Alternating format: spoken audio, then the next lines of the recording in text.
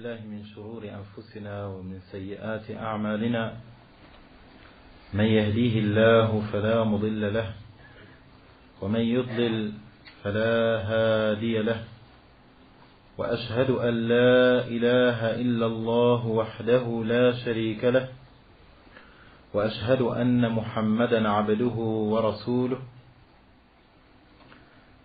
يا أيها الذين آمنوا اتقوا الله حق تقاته ولا تموتن إلا وأنتم مسلمون. يا أيها الناس اتقوا ربكم الذي خلقكم من نفس واحدة وخلق منها زوجها وبث منهما رجالا كثيرا ونساء، واتقوا الله الذي تساءلون به والأرحام إن الله كان عليكم رقيبا. يا أيها الذين آمنوا اتقوا الله وقولوا قولا سديدا يصلح لكم أعمالكم ويغفر لكم ذنوبكم، ومن يطع الله ورسوله فقد فاز فوزا عظيما. أما بعد، فإن أصدق الحديث كلام الله جل جلاله، وخير الهدى هدى محمد صلى الله عليه وعلى آله وسلم، وشر الأمور محدثاتها، وكل محدثة بدعة، وكل بدعة ضلالة، وكل ضلالة في النار. ثم أما بعد،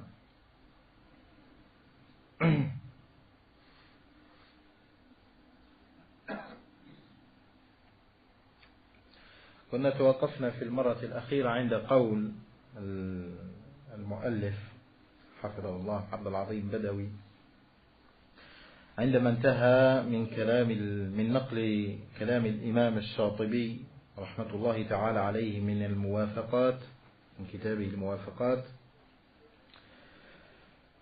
فقال الشيخ: أقول لما كانت الشريعة كلها ترجع إلى قول واحد في فروعها، وإن كثر الخلاف كما أنها في أصولها كذلك، أحببت أن أكتب كتابا في الفقه مقتصرا فيه على القول الواحد الراجح بما رجحه الدليل الصحيح الثابت، سالكا في ذلك سبيل أهل الاجتهاد والتحقيق والنظر العميق، الذين حرروا الوقائع وبينوا النوازل وساقوا لها صنوف الأدلة من مشكاة النبوة، سائرين مع السنن حيث سارت ركائبها، متجهين معها حيث كانت مضاربها، فأخرجوا بذلك للناس علما جما وفكرا خصبا جاريا على أسعد القواعد وأرشدها. وهذا النوع من الفقه هو أصلا حظ أصحاب النبي صلى الله عليه وعلى آله وسلم، ألقوه إلى التابعين لهم بإحسان، وهكذا تلقفه من تبعهم بالحسنى، فدونوه على هذا النمط الكريم والمنهج السليم. وقد سميت كتابي هذا الوجيز في فقه السنة والكتاب العزيز. فقال: لما كانت الشريعة كلها ترجع إلى قول واحد في فروعها وإن كثر الخلاف. Comme récapitulatif pour la dernière fois qu'on a fait, quoique ça fait une longue période qu'on a arrêté, on vient de reprendre. Kalam al-Shatibi, les propos de Shatibi que Cheikh Abdul Azim Badawi a cité du livre de Muwafaqat.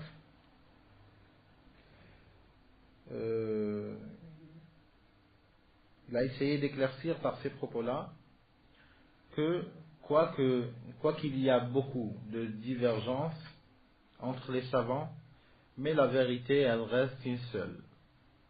La vérité elle reste une seule. Bien sûr, c'est la vérité éclaircie par l'argument qui soit ayatun min kitabillah ou qu'il soit un hadith authentique bien sûr,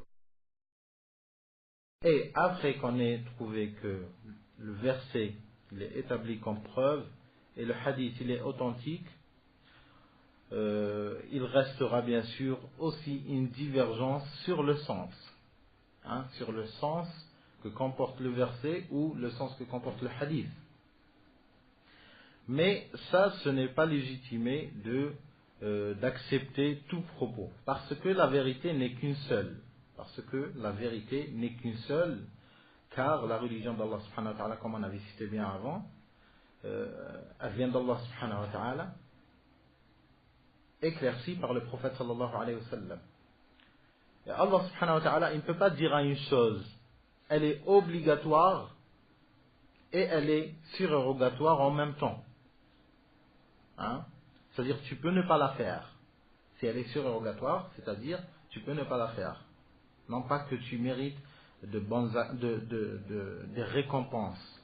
Sinon de ce côté-là, on peut enjoindre l'obligatoire et le surérogatoire. Mais on ne peut pas les enjoindre quand il s'agit de délaisser un acte surérogatoire, on ne peut pas les enjoindre tous les deux.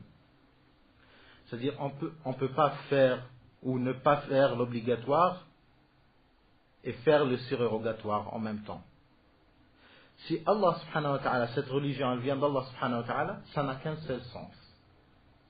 Alors après avoir établi dans un sujet, on établit les preuves, qu'un sujet par exemple, voilà le texte sur lequel on se base, il restera le sens, ce qui forme la divergence entre certains imams éminents bien sûr dans la communauté, qu'ils soient contemporains ou anciens, mais on cherchera sans cesse l'authentique. On cherchera sans cesse l'authentique. Comment chercher l'authentique après que les textes sont authentiques dans les deux côtés? Il restera, comme on a dit, la signification, et la signification authentique, c'est celle des compagnons du prophète sallallahu alayhi wa sallam. De là, on se mettra sur une labyrinthe, plutôt sur une pyramide, jusqu'à trouver le plus authentique des propos. Et après cela, la yukallifullahu nafsan illa wus'aha. Après avoir fait tous ces efforts-là, et être arrivé à ce niveau-là, Allah subhanahu wa ta'ala ne va pas blâmer une personne parce qu'il a fait le maximum à atteindre la vérité pure et authentique, ce qui est le rôle des savants, et non pas de faire coller tout ce qui a été dit par un musulman, le faire coller à la communauté comme font certains. Et la divergence, ça n'a jamais été un des chapitres de Usul al-Fiqh pour la prendre comme excuse, ou pour la prendre comme sujet facilitant la tâche du culte d'un musulman. C'est-à-dire quelqu'un, il dit par exemple que la salat, elle est un des piliers de l'islam, il viendra demain un homme, il nous dira, non, ce n'est pas obligatoire, celui qui l'a fait, ça le fera purifier, celui qui ne l'a fait pas, il fera une autre méditation que la salat. Si il viendra un jour où on aura dans la communauté des penseurs de la sorte, quoi qu'ils existent, comme l'Ismaïliya, comme l'Ahmadiyin, comme al-Soufi al-Ghulat, le jour où il y aura ces personnes-là, on trouvera que la communauté, elle est dans l'embarras de faire la prière, est-ce qu'il nous permettra de dire à la communauté, parce que c'est une grande tâche par rapport à cette communauté-là, on va leur dire, non, étant donné qu'il y a des savants éminents qui sont connus par leur foi, qui sont connus par leur piété, prenez leurs propos comme base, comme fondement de votre pensée. Non, ça n'a jamais été comme un des fondements de la loi islamique.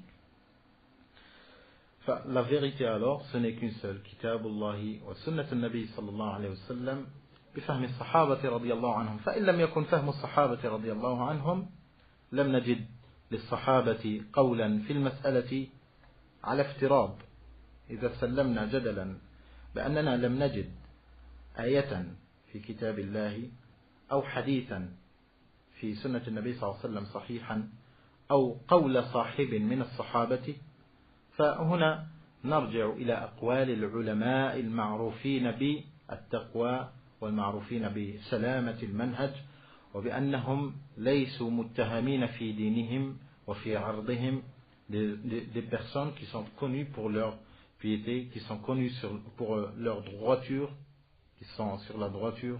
C'est des personnes qui ne sont pas connues à prendre à la légère leur religion. À ce moment-là, الشيخ il a dit لما كانت الشريعة كلها ترجع إلى قول واحد في فروعها وإن كثر الخلاف كما أنها في أصولها كذلك. أحببت أن أكتب كتابا. Sur cette base-là, il s'est basé, الشيخ, il s'est basé sur ce principe, c'est-à-dire d'éclaircir à la communauté la parole authentique dans chaque sujet. La parole authentique dans chaque sujet. قال أحببت أن أكتب كتابا في الفقه مقتصرا فيه على القول الواحد الراجح بما رجحه الدليل الصحيح الثابت سالكا في ذلك سبيل أهل الاجتهاد والتحقيق. Étant donné que Cheikh barakallahu lahu fi ilmi nasal Allah lana wa lahu thabat, il est une personne qui est compétente, il est plus d'un niveau plus élevé qu'un niveau de doctorat. C'est un des membres de l'Ifta en Égypte. Alors il a les compétences, il a atteint le niveau de l'Ijtihad, la jurisprudence. Il peut faire des démarches lui-même, à en conclure des conclusions, à en tirer des leçons de textes, qui soient des versets, qui soient des hadiths, ou bien il a la compétence de faire de l'exégèse, ou bien de faire l'explication des hadiths, en se basant sur les fondements connus chez les savants, qui soient d'une des 4 écoles ou qui soit l'école la plus pure qui est l'école de hadith. Alors, il a dit, en se basant sur ce principe-là, d'en tirer pour la communauté un fiqh complètement clair et nettoyé de toute la divergence qui, des fois, la majorité des fois, elle ne vaut rien, comme on trouve beaucoup dans les livres des Ahnaf. On trouve toujours qu'ils tournent des fois sur un sujet qui ne rapporte rien. Que tu dises de la sorte ou d'une autre sorte, qu'est-ce que ça va aboutir? Et qu'est-ce qu'on va en tirer comme profit? Qu'est-ce que ça va avancer les musulmans en sachant ça? Quand par exemple certains ils donnent des hypothèses, et c'est trop connu chez l'Ahnaf, c'est qu'ils donnent des hypothèses pareilles que quelqu'un il marche dans la rue, il a été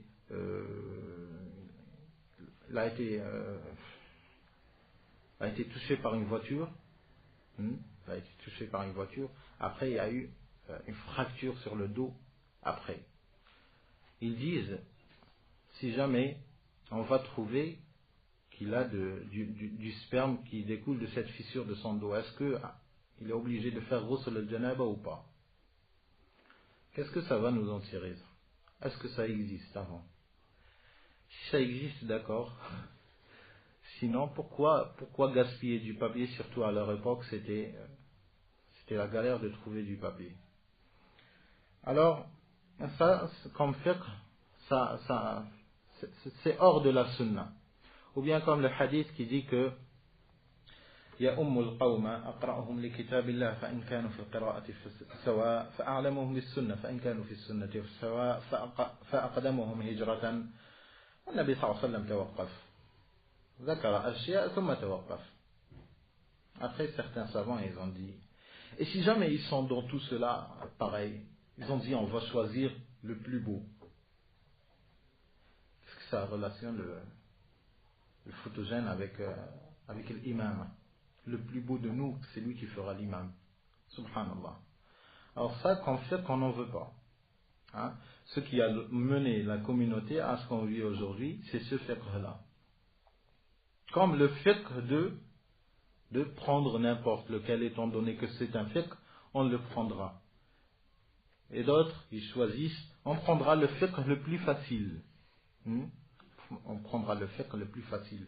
Si on trouve par exemple que dans le madhab al-Zahiri, nous on est fascinés par la musique et tout, on va prendre le madhab al-Zahiri, on ne va pas se casser la tête, ce sera toujours licite.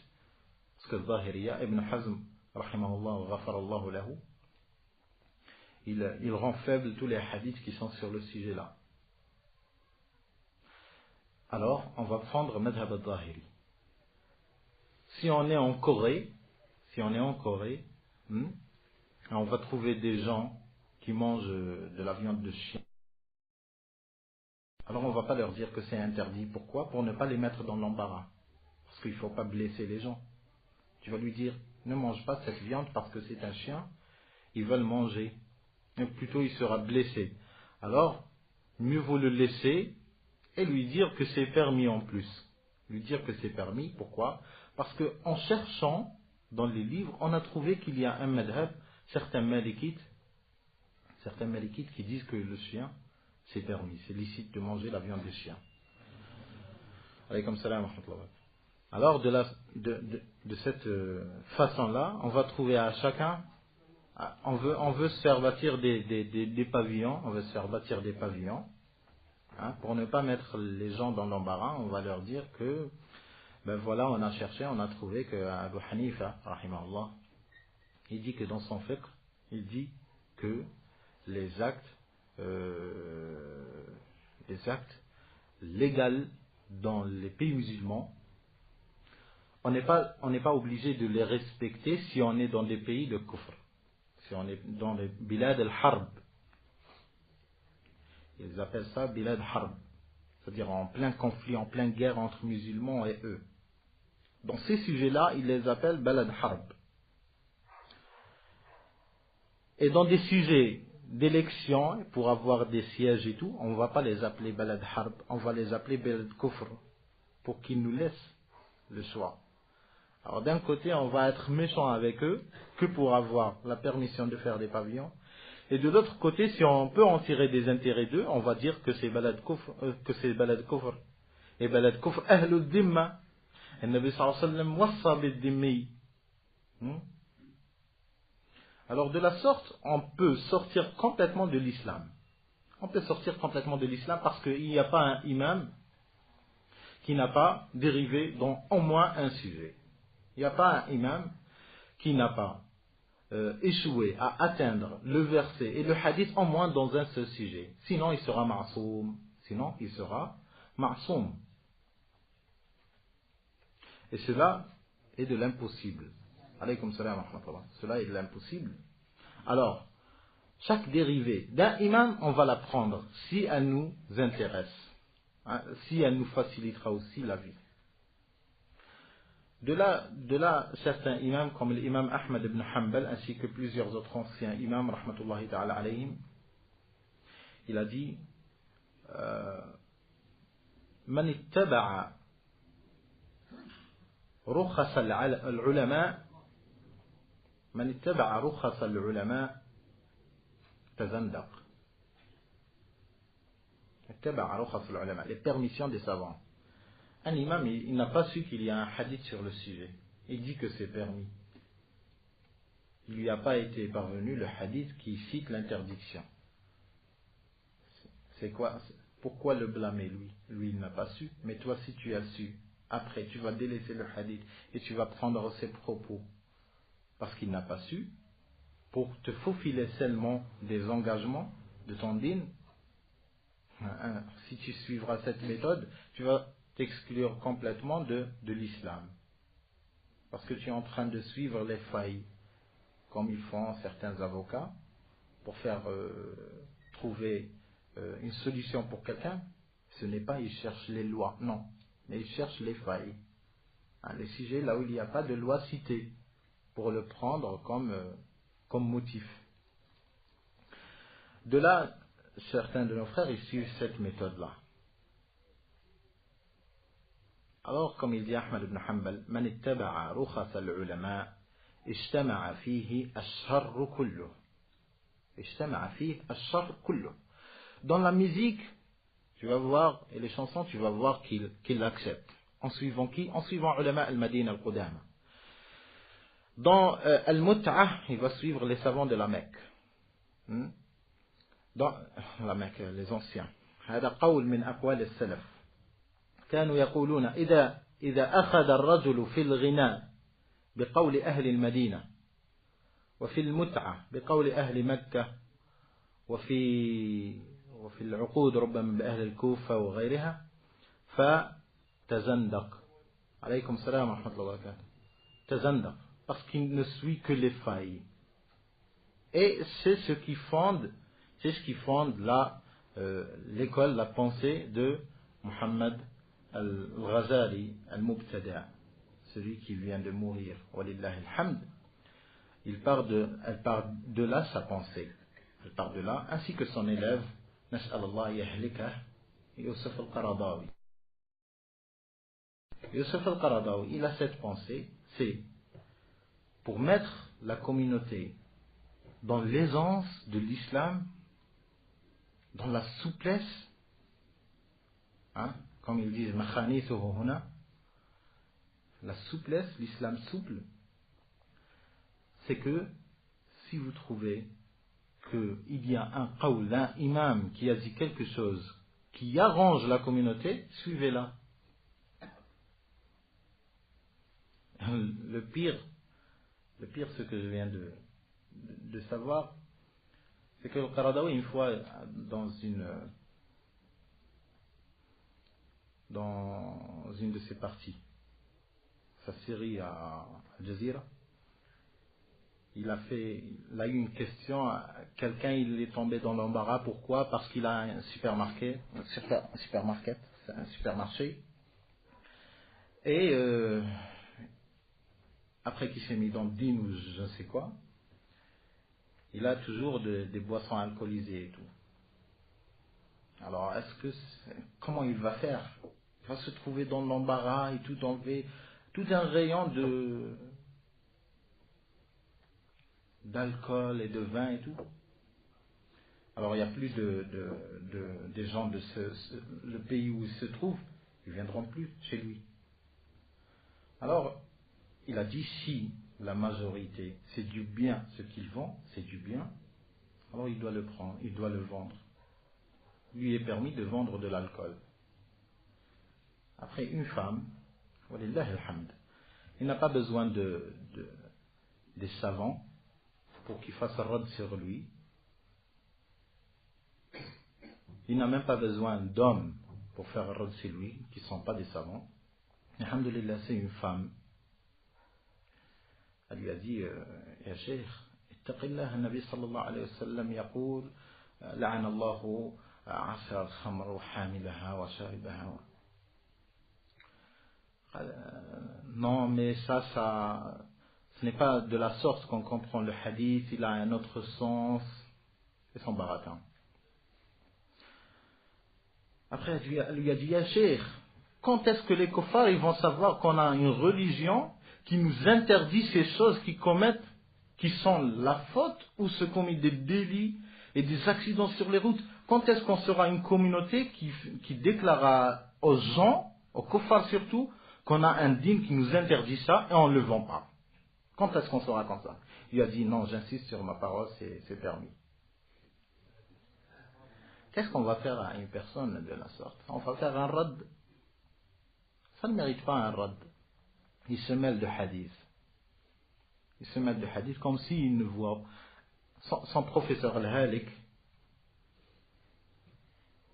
avec, vous savez très bien, le jour où il a fait Cheikh Al-Aïd Sharifi, il a fait sa thèse, c'est pas une thèse magistère. Il a cité un hadith dans son livre. Il a cité le hadith de Muslim, Moussa wa Malak al-Maut. Lorsque Allah subhanahu wa ta'ala, il a envoyé Malak al-Maut pour prendre l'âme de Moussa alayhi salam. Malak al-Maut, il est rentré directement chez Moussa alayhi salam, il l'attendait. Après Moussa alayhi salam, il est rentré, et comme vous savez très bien, les anges, lorsqu'ils viennent, ils viennent sous forme humaine. Lorsque Moussa alayhi salam, il l'a trouvé chez lui, sans attendre, sans expliquer, il l'a tapé, il croyait que c'était un humain qui est rentré chez lui, il l'a tapé, il lui a froissé l'œil. Après, Malak al-Maut, il est remonté vers Allah subhanahu wa ta'ala, il a dit, Malak al-Maut, il a dit à Allah subhanahu wa ta'ala, Ya Allah, kayfa tab'athuni li rajulin yakrahu al-maut. Il a entendu, il a dû entendre Moussa alayhi salam, kalimullah, kada wa kada. Après, il a été tapé.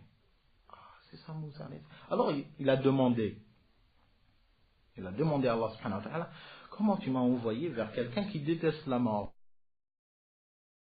Après, Allah subhanahu wa ta'ala, il lui a dit, prends, pour faire apprendre à Malak al-Maut, c'est qui Moussa? C'est quoi la valeur de Moussa alayhi salam?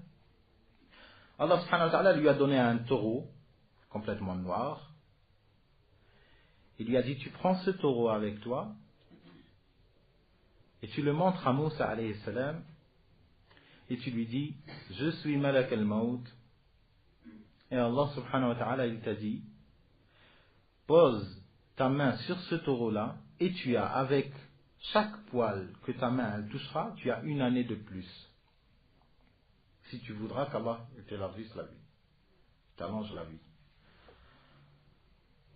Après, lorsqu'il est descendu de la sorte, il a expliqué à Moussa alayhi salam, il lui a dit, voilà, tu as tel nombre d'années parce qu'Allah subhanahu wa ta'ala, il t'allonge la vie. Après, Moussa alayhi salam, il lui a dit, et après toutes ces années que je vais revivre encore plus, après toutes ces années, je vais mourir? Il lui a dit, naam. Après toutes ces années, tu vas mourir. Après, Moussa alayhi salam, il lui a dit, al-an, fal-ana idan. Il a dit, je vais mourir maintenant, étant donné que la mort viendra. Si elle est venue maintenant, je vais l'accepter. Lorsque l'Aïd Sharifi, Cheikh Hafidahullah, il a cité le hadith, Al-Ghazali, il a lu le livre, il a lu cette partie-là, il lui a dit, vous savez très bien, les salafiyyin sont très dangereux. Il faisait comme s'il ne connaissait pas, il lui a dit, ya Cheikh, man rawi hada al-hadith, shkoun li rawa al-hadith hada, man? قال له الغزالي قال له رواه أبو هريرة. Normalement, il attendait رواه مسلم ou رواه الترمذي. Qu'est-ce que ça va changer si tu te dis رواه أبو هريرة ou رواه ابن عمر? Ça peut être حديث موضوع رواه ابن عمر مذكور عن ابن عمر عن النبي صلى الله عليه وسلم كذا وكذا. ما من حديث مكذوب على النبي صلى الله عليه وسلم إلا وتجد في مقدمته عن ابن عمر عن أبي هريرة عن عمران بن الحصين عن كذا وكذا. Qu'est-ce que ça va arranger? Parce que la personne, il est nul en hadith. Quand est-ce qu'il a lu le hadith? Ou étudié encore pire? Alors il lui a dit, هذا حديث عن أبي هريرة رواه أبو هريرة. Après il lui a dit, Cheikh, رواه مسلم كذلك وصحيح الحديث هذا. C'est pour ça que je l'ai mis. Il a dit, non, ne le mets pas, ne le mets pas. Après l'Aïd Sharifi, il lui a dit, يا شيخ صححه فلان وفلان من بينهم الإمام مسلم راوي الحديث. قال له الغزالي lui a dit, moi je te dis que ça ce n'est pas un hadith sahih, ne le mets pas. Si tu veux même le mettre sous ton pied, tu le mets sous ton pied, ça y est, qu'on en finisse. Regardez comment se comporter avec le Nabi sallallahu alayhi wa sallam. Si tu veux le mettre sous ton pied, tu le mets sous ton pied. C'est pour ça au début, à notre début, on tombait dans beaucoup de conflits avec Jama'at al-Takfir. Et venu à ce sujet-là, il nous disait, regarde ce qu'il dit sur le Nabi sallallahu alayhi wa sallam. Regarde ce qu'il dit sur le Nabi sallallahu alayhi wa sallam. Ça, ce n'est pas un kafir. Après nous, au début, alhamdulillahi rabbil alamin, on s'abstenait toujours. Même on se ferait passer pour un morji'a, c'est mieux qu'on se ferait passer pour quelqu'un qui accuse un musulman. Comme disent certains savants, comme Ibn al-Wazir, rahmatullah alayh, il a dit, si tu te trompes en disant qu'un chrétien s'est converti à l'islam et tu t'es trompé, tu l'accuses d'être musulman, mieux vaut pour toi que tu accuses un musulman d'être un mécréant. Alors on trouvait le conflit, on demandait aux savants et tout, ils disaient shubha, bid'a, عنده أصول يعتقدها أصول فاسدة هو بنى فكره على هذه الأمور وليس ردا لحديث النبي صلى الله عليه وسلم وأمره إلى الله سبحانه وتعالى. Pas comme certains d'autres, certains il y en a des savants qui توقف متوقفون فيه ولا ينكرون على من يكفر. Comme comment il s'appelle le Soudanais, الترابي كما يقول الشيخ مقبل طرب الله وجهه, حسن الترابي الزنديق. هذا زنديق يرد القرآن يرد كل شيء يرد عادي normal. Tu veux te convertir au christianisme, convertis-toi. هذا هو الإسلام, la souplesse. Pour le Tourabi, la souplesse, elle est arrivée jusqu'à ce point-là, mais pas pour d'autres. Pas comme le Qardawi et tout, مرجئة. فنعود لموضوعنا. فقال لما كانت الشريعة كلها ترجع إلى قول واحد في فروعها وإن كثر الخلاف كما أنها في أصولها كذلك أحببت أن أكتب كتابا في الفقه مقتصرا فيه على القول الواحد الراجح بما رجحه الدليل الصحيح والثابت سالكا في ذلك سبيل أهل الاجتهاد والتحقيق والنظر العميق الذين حرروا الوقائع وبينوا النوازل وساقوا لها صنوف الأدلة من مشكاة النبوة سائرين مع السنن حيث سارت ركائبها متجهين معها حيث كانت مضاربها فأخرجوا بذلك للناس علما جما وفكرا خصبا جاريا على أسعد القواعد وأرشدها. هذا هو مذهب أهل الحديث. مذهب أهل الحديث, le rite, l'école des gens du hadith, ceux qui se basent sur les délils seulement. C'est pour ça, après des générations d'études à l'Azhar, après des dizaines d'années d'études à l'Azhar, qui ne feront pas à la manière de l'école du hadith, il y a eu des jeunes qui se sont mis dans l'ilm, 1 année, 2 années, 5 ans, même pas le 5e d'un cheikh dans l'Azhar. Mais celui-là, il tombe avec un cheikh dans l'Azhar et il lui dit, c'est quoi le dalil? Ah, cette question, on dirait le diable même, pour Ahl al-Bid'ah. C'est la bête noire. وش الدليل؟ وش الدليل؟ الدليل كتاب الله سنة النبي صلى الله عليه وسلم قول الصحابة رضي الله عنهم. هذا هو الدليل. الدليل قاعدة كذا وكذا. ايش قاعدة يا أخي؟ الله سبحانه وتعالى أنزل كتاب قواعد. أعطيني آية. هذا حديث. الدين كان يسيرا، كان سهلا في زمن النبي صلى الله عليه وسلم، حتى أن الله سبحانه وتعالى يسر القرآن للذكر فهل من مدكر، ولقد يسرنا القرآن للذكر فهل من مدكر. وعليكم السلام ورحمة الله وبركاته. ولكن اليوم الإسلام صار صعبا. Tu demandes à un cheikh, يا شيخ يجوز كذا وكذا، يجوز كذا وكذا، يقول نعم يجوز. ايش الدليل يا شيخ؟ On est venu. Même si je te dis dalil, tu veux le comprendre? Subhanallah. Aya, hadith. هذا هو الدليل. À moins que tu n'aies pas arrivé à un niveau à éclaircir le dalil même. Sinon, comment elle était le fatwa à l'époque de Nabi sallallahu alayhi wa sallam? Nabi sallallahu alayhi wa sallam, les sahaba radiyallahu anhum, ils lui demandaient des choses, il leur répondait. Cette réponse-là, c'est ce qu'on veut. C'est le hadith. C'est al-aya. Mais il ne faut pas se tromper que des fois, même des savants éminents, vous allez leur demander des délits, il ne se rappellera pas, mais cela ne veut pas dire qu'il n'a pas de délil. Ou bien s'il fait une fatwa et il ne cite pas le hadith, il ne cite pas l'aya, cela ne veut pas dire qu'il fait l'ilm, qu'il fait le fatwa sans science. Fattaqullah. Fattaqullah. Fahada ilm. Et ce n'est pas à n'importe qui de se rappeler sur n'importe quel moment, à n'importe quel moment, tu lui demandes une chose, il te dit هذا يجوز ودليلنا من كتاب الله هي قول الله تعالى كذا وكذا وكذا قول الله تعالى كذا وكذا وكذا قول النبي صلى الله عليه وسلم كذا وكذا. ابن تيمية فيه ذلك فضل الله يؤتيه من يشاء.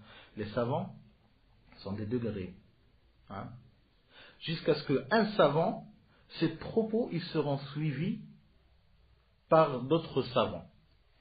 Alors ce savant-là ne deviendra plus un savant dans le terme utilisé entre les savants, ça deviendra un imam. Un imam. C'est quoi un imam? C'est un savant, pareil que les autres, sauf que ses propos, il tient des propos tellement forts, tellement puissants dans la science, que ces propos, ils sont pris en considération par les savants et les autres savants vont projeter ces propos-là. Comme par exemple, de nos jours, nos savants par exemple, ils projettent les savants d'autres, les propos d'autres savants, comme par exemple Al-Albani rahmatullah alayh, il cite les propos de Ibn Muflih مثلا مثل في جلباب المرأة المسلمة, ou bien il cite les propos d'Ibn Taymiyyah dans plusieurs de ses livres, en majorité de ses livres, ou bien il cite les propos d'Ibn Hajar al-Asqalani في سلسلة صحيحة والضعيفة, ou bien ainsi de suite, comme d'autres savants comme Ibn Baz rahmatullahi ta'ala alayh. Il cite les propos d'Ibn Taymiyyah, il cite les propos de Muhammad ibn Abdul Wahhab, il cite les propos d'Ibn Muflih, et ainsi de suite comme savant. Ibn Qayyim al-Jawziyya wa ghayruhum min al-ulama, Malik, Shafi'i. Alors, ces imams-là aujourd'hui, comme Al-Albani et comme Ibn Baz, rahmatullahi ta'ala alayhima, eux, ils ont propagé les propos pour Al-Albani et pour Ibn Baz, Ibn Muflih, Ibn Taymiyyah, Ibn Qayyim, c'était des imams pour eux. Ils prennent de leurs propos ce qui est juste, bien sûr, ce qui est exact, ce qui est renforcé par des arguments puissants. Mais pour nous, dans notre époque aujourd'hui maintenant, on est en train de le vivre, on l'a vécu dans la vie de ces deux imams, qui sont Ibn Baz et Al-Albani rahmatullahi ta'ala alayhima. Pendant leur vie, leurs propos ils étaient propagés par les savants de notre époque. Comme par exemple Ibn Ataymin, il dit Sahih al-Albani. Comme comme Cheikh Rabi' مثلا يقول قال سماحة الشيخ عبد العزيز بن باز رحمة الله عليه. Alors pour eux, c'est des imams. Et les autres, pour eux, c'est des imams de nos imams. Et pour Ibn Muflih, Ibn Taymiyyah, Ahmad ibn Hanbal, c'est un imam. Et ainsi de suite. Mais cela ne veut pas dire on ne va pas dire que nos imams, par exemple, dans notre époque, ils vont dire à l'imam le plus haut, comme Ahmad ibn Hanbal, ils vont dire ليس عنده دليل في هذه المسألة. قوله ضعيف في هذه المسألة. شايف؟ Alors c'est ce qui a fait la force de Madhab Ahl al-Hadith, c'est qu'ils n'ont jamais été guidés par une personne. Ahl al-Hadith, ils n'ont jamais été guidés par une personne. S'il y a bien une personne par laquelle ils ont été guidés, c'est bien un Nabi sallallahu alayhi wa sallam. Parce qu'il n'y a pas un imam, comme il dit l'imam Malik, rahmatullahi ta'ala alayh, ما من أحد إلا ويؤخذ من قوله ويترك إلا صاحب هذا القبر وأشار إلى قبر النبي صلى الله عليه وسلم. Il n'y a personne de chez qui on va prendre seulement, sans rejeter. Mais si on était pareil que l'imam Malik, qui ne se fait pas accrocher au cou dans la ceinture de l'imam, là où il va le suivre. Non. L'imam Malik, rahimahullah ta'ala, c'était un des imams de Madhab Ahl al-Hadith. Il se basait sur le hadith seulement. Et comme vous savez très bien, le hadith, plutôt l'athar, qui est cité sur l'imam Malik, rahimahullah ta'ala, là où il faisait al-tahdith, faisait le fiqh, il apprenait le fiqh. Et au moment où il est arrivé dans le wudu, à nettoyer entre les orteils, entre les orteils avec le khinsar, c'était la sunna citée dans le hadith authentique. Mais Imam Malik, il ne le connaissait pas. Ils lui ont demandé, est-ce qu'on nettoie entre les orteils avec le khinsar? Il a dit non. Après, il y avait un des rapporteurs de hadith, أظن أنه Ibn Wahb. Après la fin de Dars, l'Adab, après la fin de Dars, les gens sont partis. Après, Ibn Wahb, il est venu vers l'imam Malik, rahmatullah alayh. Il lui a dit, tu as dit qu'il n'y a pas une sunna à nettoyer entre les orteils. Il a dit, ouais, c'est ce qu'on connaît. Après, il a dit, il lui a donné avec sa chaîne de transmission jusqu'à Nabi sallallahu alayhi wa sallam. Il lui a dit, كان النبي صلى الله عليه وسلم يعني يدلك بين معاطف أصابعه بالخنصر. هذه هي السنة. فلما سمع الإسناد، لما سمع الإمام مالك الإسناد قال هذا حديث حسن، فأخذ به. قال ابن وهب فسمعت الإمام مالك بعدها يحدث الناس بهذه السنة. Pourquoi? Parce qu'il ne savait pas. Et pourquoi? Parce que c'est un disciple de l'école de hadith. Là où il trouve le hadith, il le suit. Pour ceux qui disent que nous on est Malikiya. Nous on est Malikiya. Et l'imam Malik, il était Maliki. Il était sur quel madhab? Ceux qui disent qu'on est Shafi'iyya. L'imam Shafi'i, il était Shafi'i. Il se suivait lui-même. Alors, vous êtes obligé de dire qu'il suivait son cheikh. Alors, il suivait l'imam Malik, parce que c'est son cheikh. Alors, à Shafi'iyya, vous devez dire obligatoirement que on est Malikiyya. Et le Malikiyya, ils doivent dire obligatoirement qu'on est Nafi'iyya. Parce que son professeur c'est Nafi'. Ou bien on est Rabi'iyya. Parce que Rabi'atul Ra'i. Rabi'atul Ra'i, c'est Cheikh l'imam Malik. Et s'ils disent qu'on est Rabi'iyya, après vous êtes Nafi'iyya, vous êtes Ibn Umariyya. Parce que son professeur c'est Ibn Umar. Si vous dites Ibn Umariyya, vous êtes Muhammadiyya, Sunniyya. Parce que le professeur d'Ibn Umar c'est le Nabi sallallahu alayhi wa sallam. Ainsi de suite. Alors à quoi ça sert de s'accrocher à des personnes qui eux-mêmes ils s'accrochaient à d'autres personnes? Comme il dit Cheikh Muqbil, hafidahullah, shafahullah, nous répétait toujours, parlant de fiqh, il nous répétait toujours, il disait, s'il a été permis à quelqu'un de suivre, s'il nous a été permis de suivre un imam, on aurait suivi Ahmed ibn Hanbal. Mais, s'il a été permis à quelqu'un de suivre un imam, au lieu de suivre Ahmed ibn Hanbal, on suivrait Abu Bakr as-Siddiq. Mais, النبي صلى الله عليه وسلم. النبي صلى الله عليه وسلم. فهذا دين الله سبحانه وتعالى هو قول واحد. هو قول واحد. Et beaucoup ils font des ambiguïtés pour ceux qui ne saisissent pas le sujet. Parlons d'un sujet connu dans le fiqh, dans usul al-fiqh. Le sujet il est sous forme est-ce que chaque imam il atteint la vérité? C'est-à-dire, est-ce que la vérité, elle peut se multiplier en plusieurs vérités? Eux, pour embrouiller des personnes, qu'est-ce qu'ils vont dire? قال النبي صلى الله عليه وسلم إذا اجتهد الحاكم فأصاب فله أجران وإذا اجتهد فأخطأ فله أجر. عنده أجر وعنده أجر. Non, ce n'est pas ça. Le mérite, c'est une chose, et atteindre la vérité, ça en est une autre. Le mérite, c'est une chose, et atteindre la vérité, ça en est une autre. Parce que même celui, ad-dalil, c'est le hadith sur lequel il se base même. Il a une réplique sur eux-mêmes. إذا اجتهد الحاكم فأصاب. Il a dit juste, il a dit vrai. فأصاب, إصابة. C'est-à-dire, il y a un qui est juste. وإذا اجتهد فأخطأ.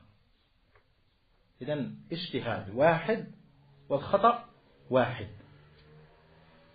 واحد في هذا الحديث وإلا في الأخطاء تكون كثيرة إلا أن الإصابة تكون واحدة. جزاك الله خير. صلى الله عليه وسلم. فالإصابة واحدة والخطأ قد يتعدد. هذا يقول مكروه وهذا يقول مستحب وهذا يقول ركن وهذا يقول شرط وهذا يقول حرام والصواب. Tout ça c'est khata, khata, khata. Mais la vérité peut-être qu'elle est wajib. Elle ne peut pas être la vérité wajib et makrouh en même temps.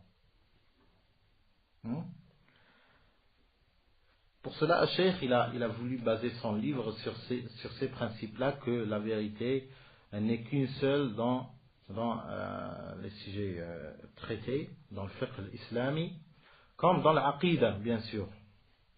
Comme dans l'aqida, bien sûr. Comme il n'y a pas de divergence entre, comme il n'y a pas eu de divergence entre as-sahabatu radiyallahu anhu. Ils veulent faire certains veulent, c'est leur méthode, mais incha'Allah, bi'idhnillah subhanahu wa ta'ala, on va les particulariser avec un dars spécialement pour eux, Radd al-Shubuhat. Certains ils disent que as-sahaba ils ont fait khilaf fi al-aqida. Ah bon?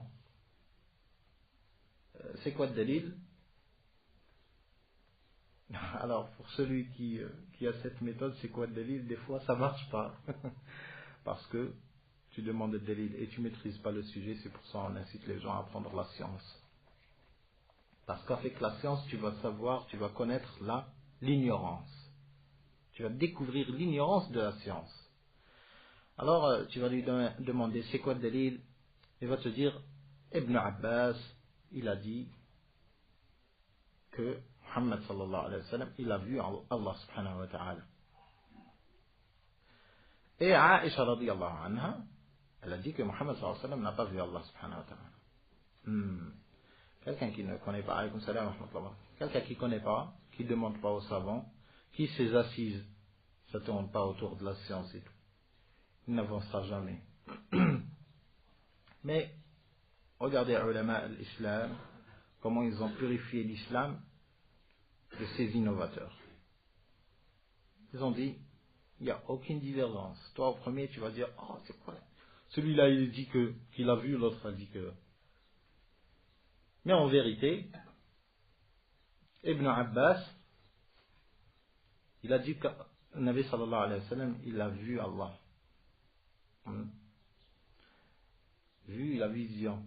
La vision, elle est divisée en deux. La vision par les cœurs, pendant le sommeil, et la vision connue, c'est-à-dire par les yeux, dans l'éveil. Aisha radiyallahu anha, elle a nié pendant l'éveil. Ibn Abbas, il a attesté pendant le sommeil. خلاص ما في خلاف. نور أنا أراه النبي صلى الله عليه وسلم رأيت ربي الليلة في أحسن صورة. الليلة. Il dormait, Nabi sallallahu alayhi wa sallam, lorsqu'il disait qu'il a vu Allah subhanahu wa ta'ala. Il dormait pendant le sommeil. ورؤى الأنبياء حق. ولكن عائشة رضي الله عنها, elle a nié quoi? Pendant l'éveil, c'est-à-dire l'Isra ou al-Mi'raj. Certains ils n'ont pas compris. Alors lorsqu'ils lisent Ibn Abbas il a dit à Nabi sallallahu alayhi wa sallam il a vu Allah subhanahu wa ta'ala, ils vont la mettre en concordance avec le sujet de l'ascension directement. C'est de là que commence à dériver, c'est ne pas suivre le Sahaba dans toutes les étapes. Si le Sahaba dans toutes les étapes, vous allez comprendre facilement. Alors, Aisha radiyallahu anha, elle a nié pendant l'ascension, celui qui dit, comme Mujahid ou Dahak, ma adri, أظن أنه مجاهد ابن جبر رحمة الله عليه تلميذ من عباس نفسه سأل عائشة رضي الله عنها كما هو في مسند الإمام أحمد وغيره. La demandé à Aisha radiyallahu anha, هل رأى محمد صلى الله عليه وسلم ربه؟ قالت لقد وقف شعري مما قلت. لقد وقف شعري مما قلت. J'ai eu la chair de poule de ce que je viens d'entendre de toi. Il a dit, est-ce que Nabi sallallahu alayhi wa sallam, est-ce que Muhammad sallallahu alayhi wa sallam, il a vu Allah subhanahu wa ta'ala? Le fait de la question seulement, elle a eu les frissons. Il a dit وقف شعري مما قلت. Après elle lui a dit من قال لك أن محمدا صلى الله عليه وسلم رأى ربه فقد أعظم على الله الفرية. افتراء الكذب، وافتراء أكبر من الكذب، افتراء على الله سبحانه وتعالى. ومن أظلم ممن افترى على الله الكذب وهو يدعى إلى الإسلام. فقالت فقد أعظم على الله الفرية. Alors c'est soit Al-Qardawi qui est bien éduqué, ou bien Aïcha, notre mère, radiallahu anha. Parce que Aïcha, radiallahu anha, regardez la sorte comment elle a répliqué sur les sujets de Aqidah. Kazzabat. Elle a qualifié de menteur celui qui te dit que Allah subhanahu wa ta'ala, que Muhammad sallallahu alayhi wa sallam, il a vu Allah subhanahu wa ta'ala. Mais Al-Qaradawi, il dit, parmi les sujets de divergence, al-khuruj ala al-hukam. Porter les armes, faire les attentats, les tueries. Al-Qaradawi, il dit que ça, c'est un sujet de divergence. Ils peuvent, qu'est-ce que ça veut dire divergence? Ils peuvent avoir tort, comme ils peuvent avoir raison. التكفير خوارج فكر الخوارج القرضاوي يعتبره خلاف فقهي. اختلفوا مسألة خلافية بين مثل أن تقبض بعد الركوع أو لا تقبض. مسألة خلافية تشي des personnes comme c'est passé en Algérie. خلاف هذا بين العلماء. Et son comportement envers le khilaf, il est connu. وَلْيَعْذُرْ بَعْضُنَا بَعْضًا فِيمَا اخْتَلَفْنَا فِيهِ نَتَعَاوَنْ فِيمَا اتَّفَقْنَا عَلَيْهِ وَيَعْذُرْ بَعْضُنَا بَعْضًا فِيمَا اخْتَلَفْنَا فِيهِ. C'est-à-dire, tant qu'il y a une divergence, alors il n'y a pas de problème. On ne va pas se chamailler sur un sujet de divergence respecté. Allah subhanahu wa ta'ala ou lam yarah. Si quelqu'un dit qu'on ne va pas voir Allah subhanahu wa ta'ala même yawm al-qiyamah, qu'est-ce que ça va changer? Il dit qu'est-ce que ça va changer? Il n'y a pas de mal. Il n'y a pas de mal. Et il cite la règle diabolique وَلْيَعْذُرْ بَعْضُنَا بَعْضًا فِيمَا اخْتَلَفْنَا فِيهِ. الآجر ينقل كلام أهل العلم في تكفير من ينكر الرؤية. في تكفير من ينكر الرؤية لأنه تكذيب لصريح القرآن وصريح الأحاديث. والنبي صلى الله عليه وسلم يقول في الحديث الصحيح اعلموا أنكم لن تروا ربكم حتى تموتوا. Sachez que vous n'allez pas voir votre Seigneur jusqu'à ce que vous allez mourir. حتى تموتوا. C'est-à-dire, c'est-à-dire ça c'est une condition.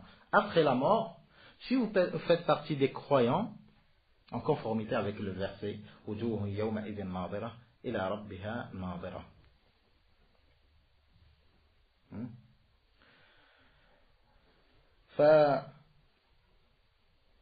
فقلنا بما أن الفقه كلمة واحدة فصلة اجتهد الشيخ البدوي في إصابة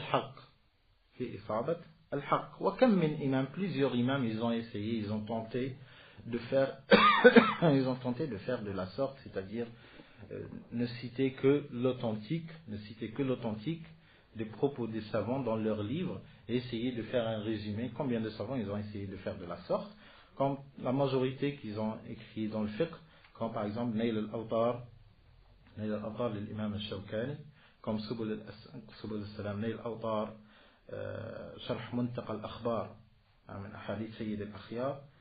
الشوكاني رحمة الله عليه, il a fait un sharh d'un matn Muntaqa al-Akhbar de Al-Majd ibn Taymiyyah, le grand-père d'Ibn Taymiyyah.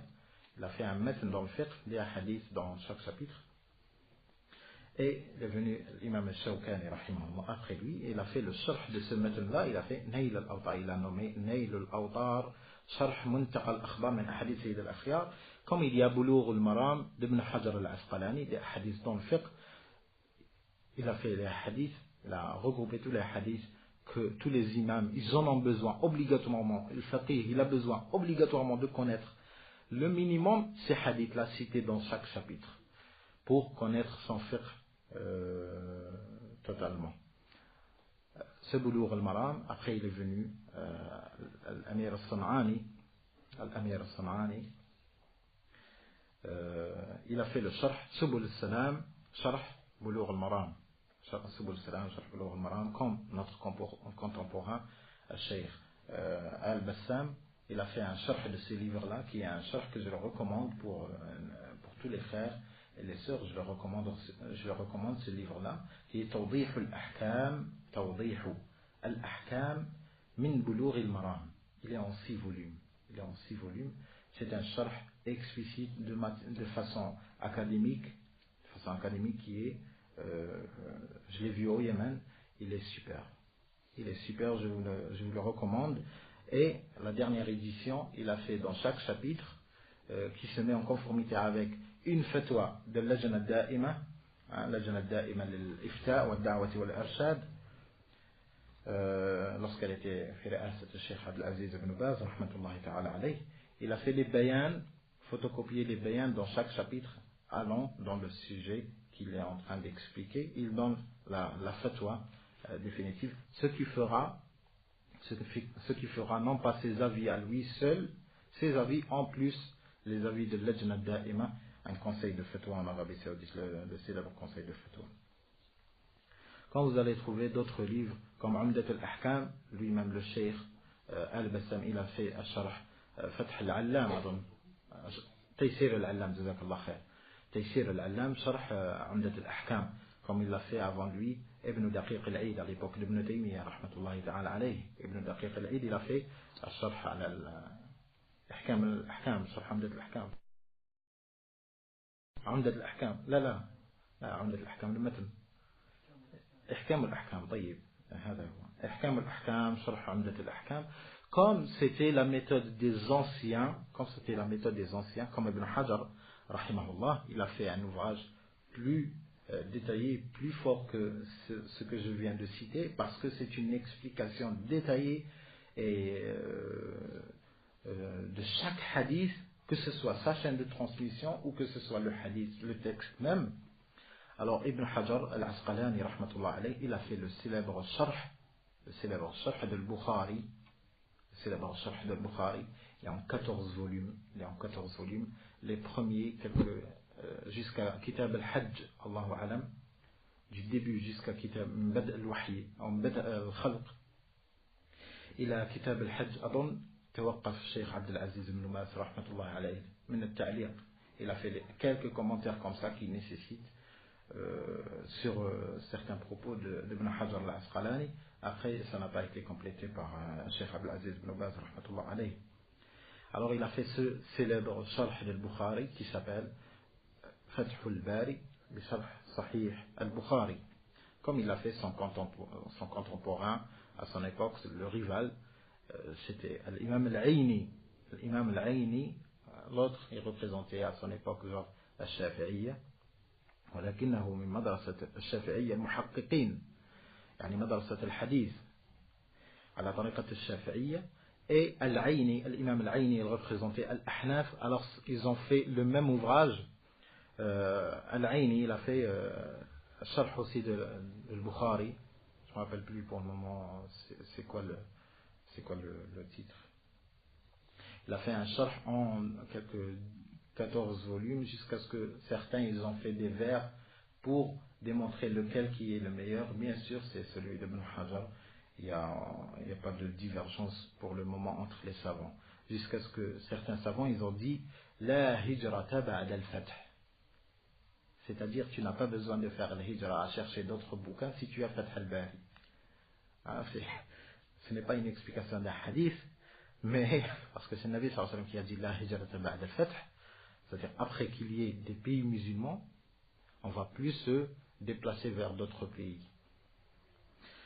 On ne va plus faire la hijra. Alors, certains savants, ils ont pris ce hadith littéralement comme ça, à la lettre, et ils ont expliqué la différence entre les autres livres et Fath al-Bari.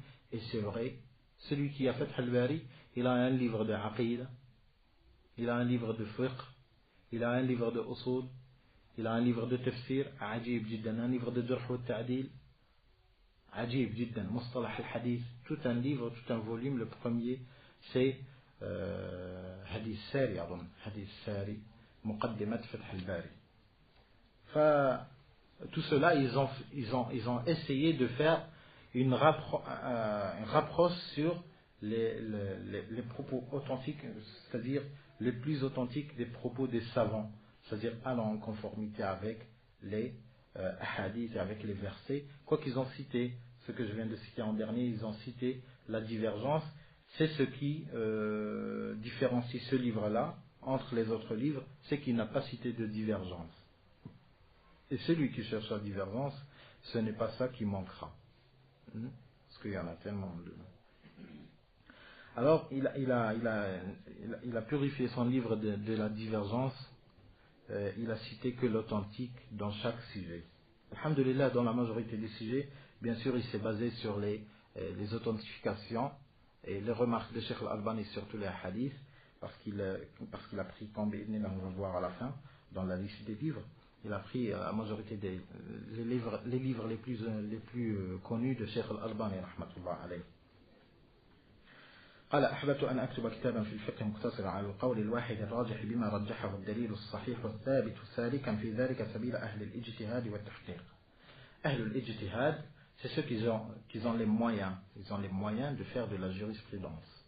Ils ont la langue arabe, ils la connaissent avec toutes ces sciences, avec toutes les sciences qui constituent la langue arabe, ainsi que ilm al-hadith pour savoir la langue arabe, pour connaître les termes utilisés dans les hadiths et les termes utilisés dans les versets. Parce que quelqu'un qui ne maîtrise pas la langue arabe, il ne pourra connaître les sens des versets. Peut-être tu comprendras Qul huwa Allahu ahad. Pour le moment comme ça, tu le comprendras. Mais si quelqu'un te demandera Qul huwa Allahu ahad, pourquoi il n'a pas dit Qul huwa Allahu ahad? Alors à ce moment-là, tu verras la nécessité d'avoir la langue arabe. Alors, la langue arabe, pour connaître les sens des versets, les sens des hadiths, et ilm al-hadith, qui te permettra à authentifier les hadiths pour qu'ils te servent d'argument, de base, de fondement de ta fatwa. Tu ne veux pas faire une fatwa de 15 pages ou bien un livre de 600 pages en expliquant un hadith. Après, quelqu'un, il va t'envoyer une lettre, il ne va même pas se casser la tête, il va t'envoyer une lettre ou un coupon d'abonnement, il va t'écrire derrière hadith da'if. Alors il t'a détruit les 600 pages, tu t'es fatigué des mois à ne pas dormir la nuit, tas'al Allah tawfiq et tout. Qu'est-ce qu'il y a tawfiq? Hadith da'if, khalas. La tasrah wala shay. Ma yasrah le hadith da'if. لا تحمل همك. فالحديث ضعيف خلاص. Alors pour ces cas-là, on va trouver la nécessité aussi de connaître un hadith qui te permettra d'authentifier tes textes avant de les mettre comme argument. Tu devras avoir aussi ilm usul al-fiqh qui te permettra, c'est une science très très dangereuse à ignorer, est très très essentiel et utile à la compréhension de tout l'islam. Bien sûr, ça reste à voir quel ouvrage. Parce que comme c'est la science la plus importante, c'est la science la plus nocive. Elle peut être la plus nocive pour la vie du culte des musulmans, comme elle peut être la science qui guidera une personne jusqu'à ce que tu verras usul al-fiqh, comme si tu étais quelqu'un d'ignorant, comme Ahmed ibn Hanbal, rahimahullah, lorsqu'il a vu l'imam al-Shafi'i, et c'était l'imam al-Shafi'i, c'est le premier qui a écrit dans Usul al-Fiqh, qu'il a rédigé et tout, il a mis dans un bouquin. Alors, l'imam al-Shafi'i, c'était le professeur d'Ahmed ibn Hanbal. C'est une chaîne des trois imams, ça constitue une chaîne. Ahmed ibn Hanbal, c'est l'élève de Shafi'i, Shafi'i, c'est l'élève de l'imam Malik. Sauf Abu Hanifa, il était en Irak. Et les élèves de Abi Hanifa, comme Abi Yusuf, il était l'élève de l'imam Malik, quoi qu'il était à peu près au même niveau d'âge, mais il a vu des choses qui l'ont fait asseoir. Il a vu des choses chez l'imam Malik et chez les autres imams de Médine qui l'ont fait agenouiller directement parce que en Irak, ils ne connaissaient pas tellement le hadith. Et ils ne savaient pas que ça existe des hadiths sur les sujets dont ils ont parlé avec leurs propres avis. C'est pour ça l'imam Abu Hanifa, les anciens, les prédécesseurs, ils le rejetaient beaucoup, rejetaient ses propos beaucoup, et son fiqh, il est le plus nocif jusqu'à notre époque. Le fiqh des Ahnaf. Pourquoi cela? Parce que al-hadith, il n'y a rien. Al-hadith, il n'y a rien. Il y en avait à l'époque d'Abi Hanifa, mais à notre époque, ne parle même pas. Si Abu Hanifa, à son époque, il était qualifié de quelqu'un qui, même chez certains imams, quoique c'est un petit peu dur, c'est peut-être, Allahu A'lam, peut-être c'est exagéré un petit peu, qu'il ne considérait même pas qu'il est apte à faire le fatwa. Pourquoi cela? Parce qu'il n'a pas cet outil qui est ilm al-hadith. Il n'a pas cet outil qui est ilm al-hadith, et c'est indispensable pour faire la fatwa. Jusqu'à ce que l'imam Ibn Abi Shayba, Abu Bakr Ibn Abi Shayba, dans son livre Al-Musannaf, Musannaf Ibn Abi Shayba, il a fait un chapitre. Il a fait tout un chapitre consacré à Abi Hanifa. Il a dit Bab في الرد على أبي حنيفة فيما خالف فيه رسول الله صلى الله عليه وسلم. أبو حنيفة خالف رسول الله صلى الله عليه وسلم في مسائل كثيرة. Mais peut-être il y a des causes pour cela. C'est sûr qu'il y a des causes. Mais lorsqu'il y a des causes, cela ne veut pas dire qu'on va sourire à cet imam. Parce qu'il était obligé qu'il aille chercher comme les autres ils sont partis chercher. Hein? Comme le Bukhari, à 8 ans il était parti chercher le hadith. Alors, la langue arabe, pour connaître les sens des versets, les sens des hadiths, hein, et ilm al-hadith qui te permettra à authentifier les hadiths pour qu'ils te servent d'argument, de base, de fondement de ta fatwa. Tu ne veux pas faire une fatwa de 15 pages ou bien un livre de 600 pages en expliquant un hadith. Après, quelqu'un il va t'envoyer une lettre, il ne va même pas se casser la tête, il va t'envoyer une lettre ou un coupon d'abonnement, il va t'écrire derrière hadith da'if. Hein? Alors il t'a détruit les 600 pages. Hein, tu t'es fatigué des mois à ne pas dormir la nuit. تسأل الله التوفيق et tout. Qu'est-ce qu'il y a توفيق? حديث ضعيف خلاص. لا تصلح ولا شيء. ما يصلح الحديث الضعيف. لا تحمل همك. الحديث ضعيف خلاص.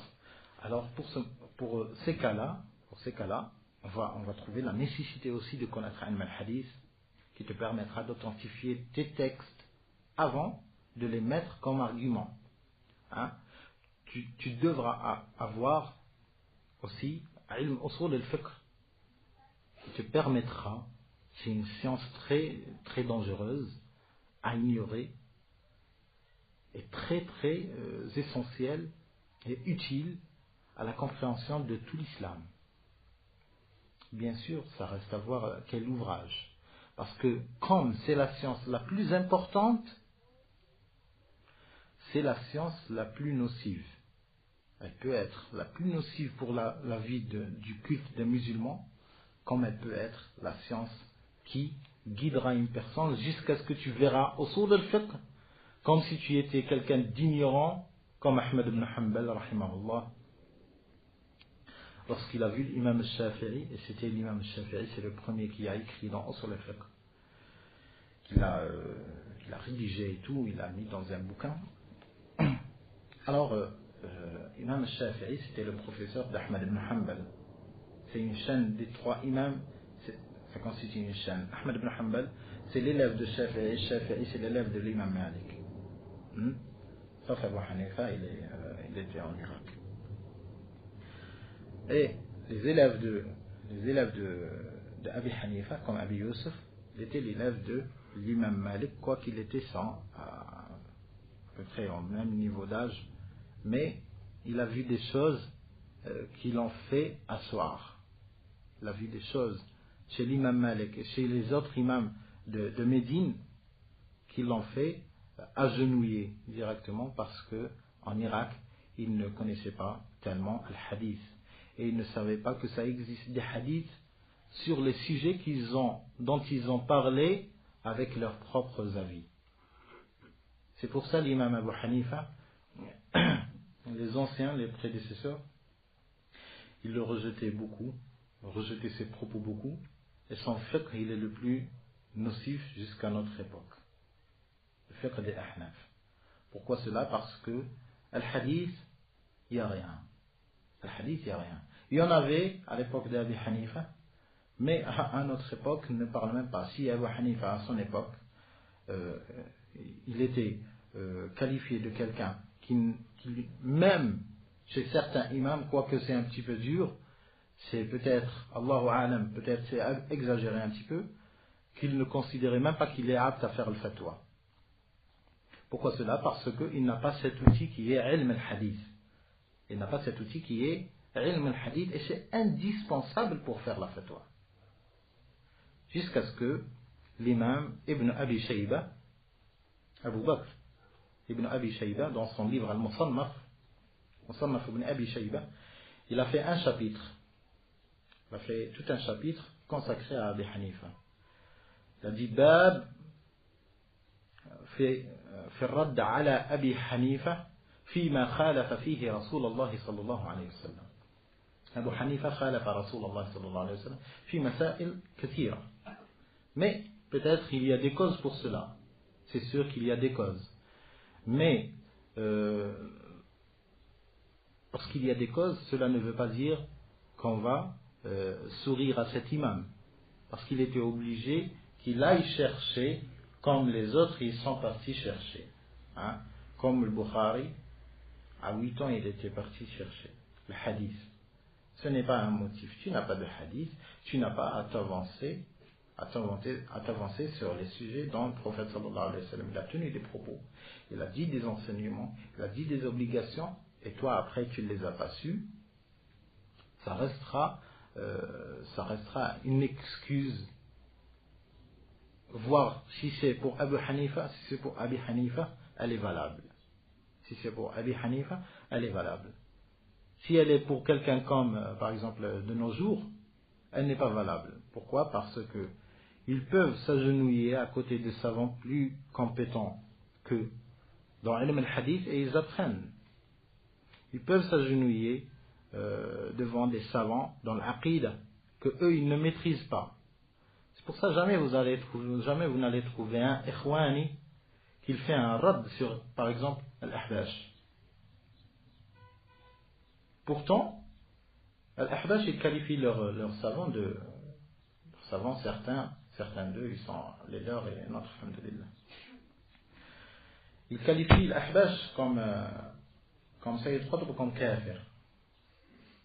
Nous on ne dit pas qu'il est kafir, na'oudhu billah, min takfir al-muslim. نقول أنه جاهل مبتدع. Il qualifie comme Sayyid Sabiq que c'est un majousi. عباد النار, ils adoraient le feu. نعوذ بالله. نقول سيد سابق جزاه الله خير عن ما كتب في الإسلام, جزاه الله خير وغفر الله له أخطاءه. هذا هو. Mais c'est qui a répliqué sur l'Ahbaj? Al-Ikhwan. Qu'est-ce qu'ils vont répliquer sur eux? Ils vont entamer une discussion sur Ar-Rahman ala al-Arsh istawa, comment ar-radd alayhim, ar-radd ala haoula al-mubtadi'a. Ils n'ont pas de bagage. C'est rien. Ce qu'ils peuvent leur faire, c'est faire un radd sur eux avec des anashids trop fortes. Ça pourra peut-être leur faire trop mal. Allahu a'lam.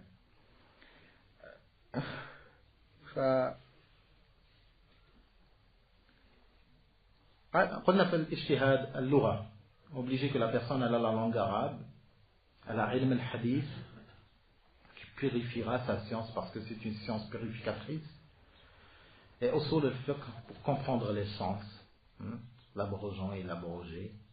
Tu vas utiliser des textes, quelqu'un il va dire c'est permis de boire du vin, c'est permis de boire de l'alcool s'il y a un long espace de temps entre les deux prières qui te permettra de te dessouler.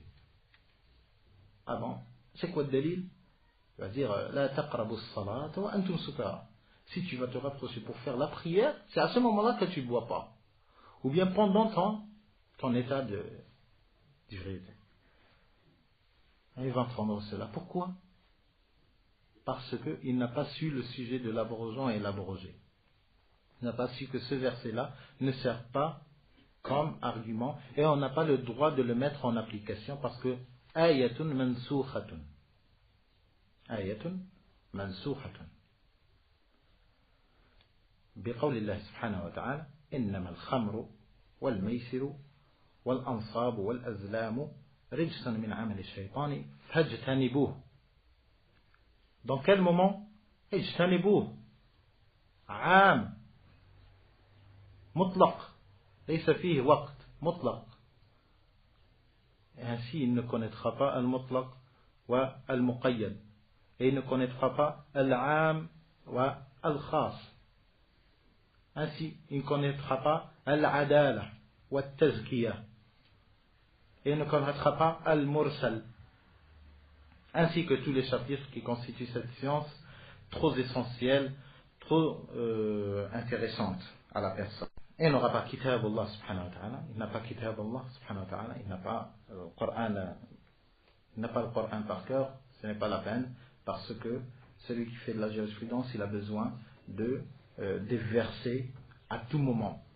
Certains des savants, ils ont dit qu'il a besoin de quelques 500 versets qui constituent les versets des jugements que la jurisprudence nécessite que tu connaisses. Il y a, c'est-à-dire les jugements dans l'islam, ils sont formés sous forme de quelques 500 versets et ça ne dépasse pas.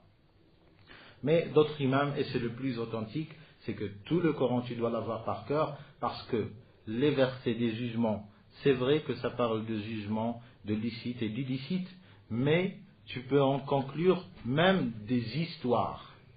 Si tu es dans le Coran, tu peux en conclure, tu peux faire des conclusions, tu peux en tirer des leçons qui te permettront de les mettre en application dans ton fiqh, dans la jurisprudence, dans le droit musulman.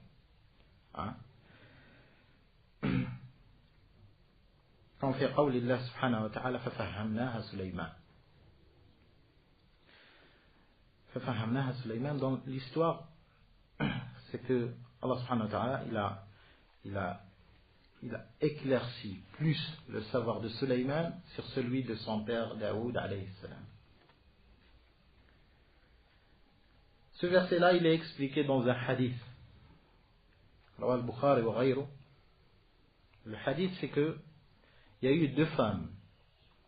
Elles sont sorties en promenade. Chacune, elle avait un nouveau-né. Alors, pour rentrer dans la rivière, elles ont laissé les deux bébés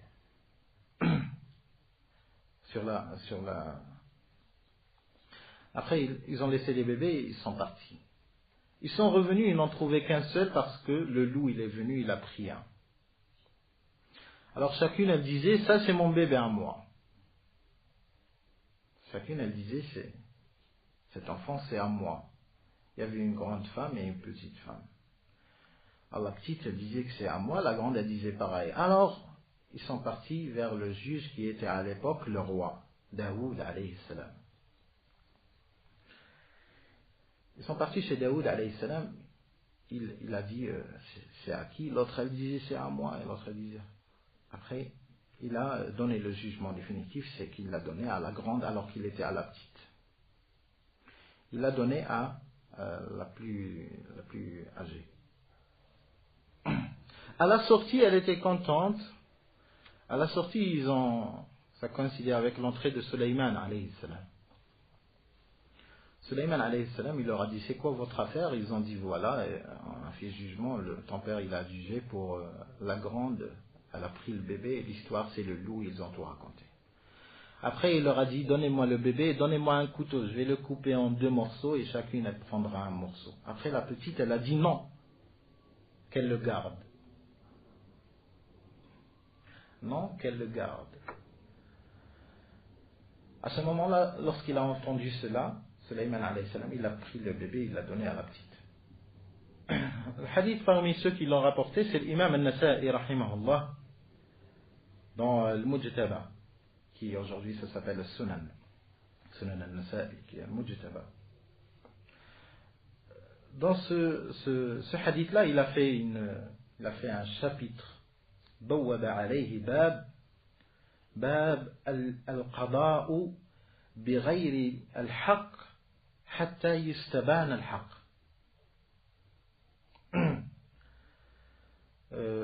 À peu près c'est comme ça, parce que le sens, je me rappelle bien, il donne le jugement. Le chapitre cite qu'il donne le jugement. Le chapitre qui cite de donner les jugements faux que pour en tirer les vrais jugements. C'est-à-dire genre de ruse utilisée par Sulayman alayhi wa ala nabiyyina salatu wassalam. Alors il a donné un faux jugement, mais ce n'était pas définitif que pour en tirer c'est qui va avoir de la peine plus à perdre cet enfant. C'est sûr, c'est celle qui a le bébé, celui qui revient, c'est la vraie mère, c'est elle qui aura plus de soucis pour son enfant. Alors il a vu que la mère, elle a désisté, elle a dit non, qu'elle le garde, ça fait rien. Que pour qu'il ne soit pas touché par le mal d'être coupé. Il n'allait pas vraiment le couper, mais c'était un faux jugement donné par Sulayman, par intelligence, son intelligence comme Nabi, فَفَهَمْنَاهَا Sulayman. Dans ce verset-là, il n'y a pas de jugement dans l'apparence. Dans le verset, si vous allez passer sur le verset, il n'y a pas de jugement cité. C'est pour cela, il vaudrait mieux avoir tout le Coran, parce que ceux qui ont appris seulement les versets qui citent les jugements clairs, ils n'ont pas su ce que cachait ce verset-là. Parce qu'il ne fait pas partie des 500 versets concernant les jugements. Alors pour cela, d'autres savants, ils ont répliqué sur les autres, ils ont dit que la personne elle doit avoir tout le Coran par cœur. Et les hadiths, la majorité, qu'ils puissent. Et celui qui connaît le hadith, il est plus valable que celui qui ne le connaît pas. فَمَنْ حَفَظَ حُجَّةٌ عَلَى مَنْ لَمْ يَحْفَظ. فقال الشيخ, ça en général, ça constitue les conditions que quelqu'un fasse al-ijtihad. Que quelqu'un fasse al-ijtihad. Et bien sûr, si on a su cela, c'est à Tariq Ramadan de se voir s'il remplit ces conditions-là. Allah al-Musta'an. Il se prétend quelqu'un qui a rempli ces conditions. Il sait même. الذين حرروا الوقائع وبينوا النوازل وساقوا لها صنوف الأدلة من مشكاة النبوة سائرين مع السنن حيث سارت ركائبها متجهين معها حيث كانت مضاربها فأخرجوا بذلك للناس علما جما une richesse de science. Ceux qui ont suivi ce manhaj, cette voie, cette conception, ils nous ont laissé un héritage meilleur que de l'or même, meilleur que des montagnes d'or. J'ai cité, comme j'ai cité une fois, parmi ceux qui ont fait tariqat al-ijtihad, ittiba' al-dalil, vous avez al-Mughni, kitab al-Mughni l'imam Ibn Qudama, l'imam Ibn Qudama al-Maqdisi, وهو من أئمة الحنابلة. Ce imam, je vous ai cité une fois son histoire, il était lui et son cousin, ils sont sortis pour talab al-ilm. Et Ibn Qudama, il espérait devenir comme c'est l'envie de chacun qui fait talab al-ilm, il a une image, il a un but. Ibn Qudama, lorsqu'il était tout petit, il espérait devenir un imam dans le hadith. Un imam dans le hadith. Comme al-Bukhari, comme Muslim, comme Ahmad ibn Hanbal. Et Abdul Ghani al-Maqdisi, son cousin, il espérait devenir un imam dans le fiqh. Pour devenir comme Shafi'i, comme Ahmad ibn Hanbal, comme Malik. Alors chacun il avait des envies. Mais lorsqu'ils ont fait talab al-ilm, c'est Allah qui vous gère. Il faudra avoir cette foi. C'est Allah qui vous dirige. Ce n'est pas à toi vraiment de choisir en quoi tu seras meilleur. Peut-être tu vas faire tous tes efforts comme nos deux imams, mais à la fin du parcours, Ibn Qudama qui espérait devenir un imam de hadith, il s'est retrouvé imam dans le fiqh. Et Abd al-Ghani al-Maqdisi qui espérait devenir un imam dans le hadith, dans le fiqh, il est devenu un imam dans le hadith. Chacun il a pris la place de l'autre. Ibn Qudama il nous a laissé son livre, son encyclopédie dans le fiqh, qui est Al-Mughni d'Ibn Qudama, qui est en 14 volumes. Et Abd al-Ghani al-Maqdisi, il nous a laissé même Amdad al-Ahkam adunnaha lahu. Il nous a laissé son célèbre livre Ad-Diya ou شو اسمه هذا الحديث الصحيحة الحديث المختار نعم الأحاديث المختارة الضياء المقدسي نعم. فهذا أخذ في الفقه وهذا أخذ في الحديث. Mais cela ne veut pas dire que l'autre il est ignorant dans le hadith et l'autre il est ignorant dans le fiqh. Comme certains aujourd'hui ils essayent de le faire, qui sont même pas capables d'apprendre un matn par cœur. Ils viennent aujourd'hui et ils jugent. Ils vont dire Al-Albani, sa spécialité c'est le hadith, c'est vrai, il est fort. Mais dans le fiqh, non. Subhanallah. Tu es qui? Tu peux nous donner curriculum vitae pour voir si ton profil il sera accepté. J'aimerais bien que quelqu'un il ose dire ça dans une cassette et il écrit son nom sur la...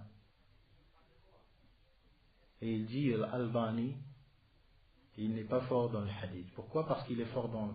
Il n'est pas fort dans le fiqh parce qu'il est fort dans le hadith. Ah bon? Je crois que la puissance, elle vient de toi, ou bien c'est un sac. Si tu le consommes, ça y est, c'est vide. ذلك فضل الله يؤتيه من يشاء. Si l'Ikhwan al-Muslimin, pendant 70 ans, ils n'ont rien foutu, ce n'est pas notre problème.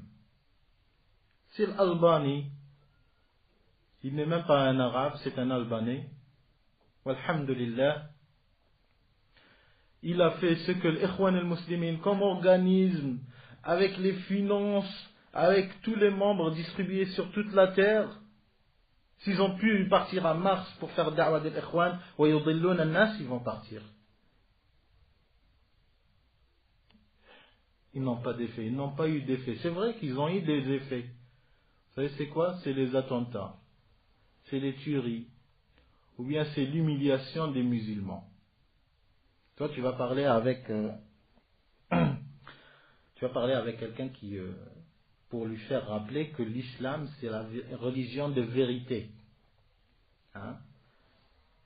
Et cette personne-là, c'est un athée, ou bien c'est d'autres religions imaginaires. Tu vas essayer de lui dire, l'islam, regarde Muhammad sallallahu alayhi wa sallam, ce qu'il nous a amené comme Coran. Regarde ce qu'il y a comme preuve scientifique dans le Coran. Est-ce que ça veut dire que Muhammad sallallahu alayhi wa sallam c'est un menteur ou bien c'est vraiment un prophète?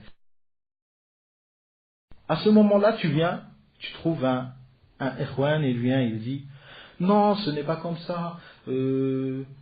L'islam, il accepte tous les avis. Tu veux dire que Muhammad sallallahu alayhi wa sallam c'est un menteur? En tous les cas, ça restera ton avis. Subhanallah. Défends-toi. Bouge pour ton dîn. Défends-toi, prends des mesures. Prends des mesures. Mais les gens, ils ne sont pas capables. C'est des incapables, qu'avec leurs frères. Qu'avec ceux qui veulent dire la vérité aux gens. Ah, à ce moment-là, non. Tu vas noircir la face des musulmans avec ta barbe et avec ton qamis court. Ah bon? Toi, tu vas le blanchir avec ta face blanche? Subhanallah. Celui qui représente la sunna du Nabi sallallahu alayhi wa sallam, il est en train de noircir. Celui qui dit que l'alcool, bon, si vous voulez boire, mais avec modération. Après, j'aimerais bien que tu répondes à la réponse aux questions des journalistes lorsqu'ils vont te montrer le taux des accidents à cause d'alcool. Après, tu vas leur dire, Non, l'islam, il permet l'alcool pour les non-musulmans.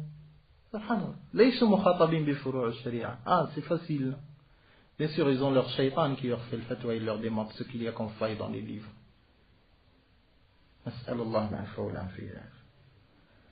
فسائرين مع السنن حيث سارت ركائبها متجهين معها حيث كانت مضاربها فأخرجوا بذلك للناس علما جما وفكرا خصبا جاريا على أسعد القواعد وأرشدها. وهذا النوع من الفقه هو أصلا حظ أصحاب النبي صلى الله عليه وسلم ألقوه إلى التابعين لهم بإحسان. فالصحابة رضي الله عنهم أخذوا العلم عن النبي صلى الله عليه وسلم، ثم الصحابة رضي الله عنهم أعطوا العلم إلى التابعين، ثم التابعين إلى أتباع التابعين إلى زماننا هذا. Quoique la motivation elle n'est pas si forte, mais Allah subhanahu wa ta'ala il a fait qu'il restera toujours une minorité dans la communauté qui préservera ce din-là, comme il a dit le Nabi sallallahu alayhi wa sallam: لا تزال طائفة من أمتي ظاهرين على الحق لا يضرهم من خالفهم ولا من خذلهم حتى يأتي أمر الله وهم على ذلك. Ceux qui essaient de blanchir la face, on leur dira que là où vous allez partir, essayez de blanchir, nous on sera. Bi'idnillah. Si c'était possible qu'on vienne ici que pour ce motif, on viendra. Que pour montrer aux gens la religion comme il est l'islam en vérité. L'islam il est l'ahya, qami ismis fissaq, akhlaq al-nabi sallallahu alayhi wa sallam, sulukuhu, khilqatuhu wa khuluqah. نتبع النبي صلى الله عليه وسلم في كل شيء. Nous on est des escrocs dans la sunna, on va suivre tout. On veut tout. Alaykoum salam. On veut tout. On veut représenter le Nabi sallallahu alayhi wa sallam. Même s'il y aura que 10 personnes qui vont nous suivre, s'il y aura 10 personnes, Allah subhanahu wa ta'ala nous a donné la possibilité qu'il n'a pas donné à certains prophètes d'avoir des gens dans leur rang. Si tu auras une personne qui va t'écouter, sache qu'il y a des prophètes que personne n'a écouté et qui viendront yawm al-qiyam tout seuls. Comme il dit le Nabi sallallahu alayhi wa sallam: وَيَأْتِ النَّبِيُّ وَمَعَهُ النَّفَرُ وَيَأْتِ النَّبِيُّ وَلَيْسَ مَعَهُ أَحَدٌ. Mais 70 ans, leur nombre, ils sont restés les mêmes. Les mêmes, mais la moitié dehors et le reste dans les prisons. C'est ça l'évolution de l'islam. Walhamdulillahi Rabbil Alamin. Subhanakallahumma wa bihamdik. Ashhadu an la ilaha illa ant. أستغفرك وأتوب إليك وصل اللهم وسلم وبارك على نبينا محمد وعلى آله وصحبه أجمعين وجزاكم الله خيرا.